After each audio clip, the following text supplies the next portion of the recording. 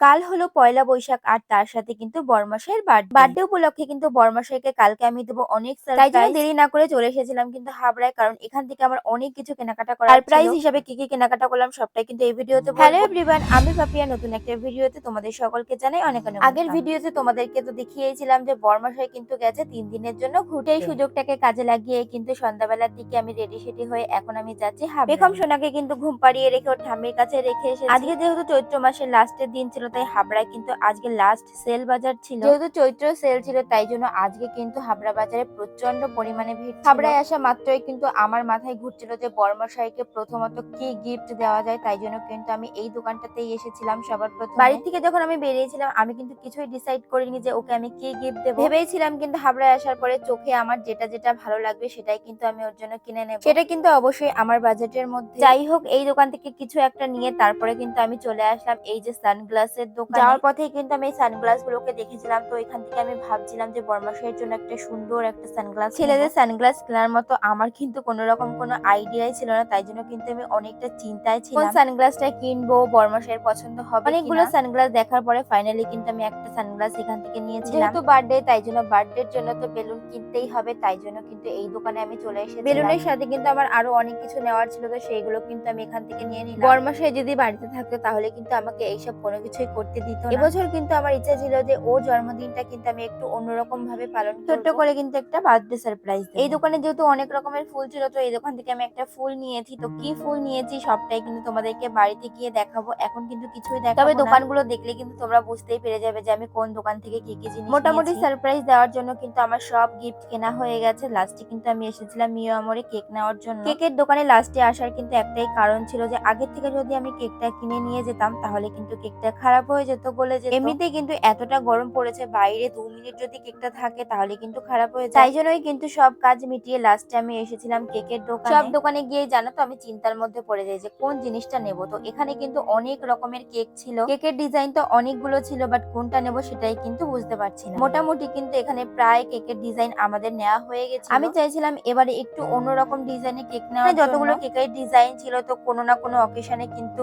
এই কেক গুলোকে খাওয়া হয়েছিল। আমি কিন্তু মিও আমরের আরো একটা শোরুমে গেছিলাম, তো ওখানে সেম কেক ছিল, তাই জন্য কিন্তু আমি আবার এই দোকানেই চলে এসেছিলাম। তো এখান থেকেই কিন্তু একটা কেক পছন্দ করে আমি নিয়ে নিয়েছি। শুভ নববর্ষ উপলক্ষে কিন্তু এখানে অনেক সুন্দর সুন্দর পেস্ট্রি কেক ছিল। যেহেতু আমাদের নিরামিষ তাই জন্য কিন্তু আমি কোনো পেস্ট্রি কেক আর নিলাম না। এগলেস পেস্ট্রি কেকও ছিল, বাট মনে একটা খুঁতখুঁতে ছিল, তাই জন্য কিন্তু আমি এই কেকটা নিয়েই বাড়ি চলে আসলাম। এতগুলো গিফট আমি ওর জন্য নিয়েছি, বাড়িতে গিয়ে কিন্তু আমার প্যাকিং করতে হবে। কাল সকালবেলাতেই যেহেতু বড়মশাই বাড়ি চলে আসবে তাই ও আসার আগে কিন্তু আমার সবটা রেডি করে নিতে হবে। বড়মশাই হ্যাপি বার্থডেটা কিভাবে সেলিব্রেট করব, এছাড়া ওকে আমি কি কি গিফট দেবো সবটাই কিন্তু তোমাদেরকে নেক্সট ব্লগে শেয়ার করব। তো চলো সবাইকে টাটা।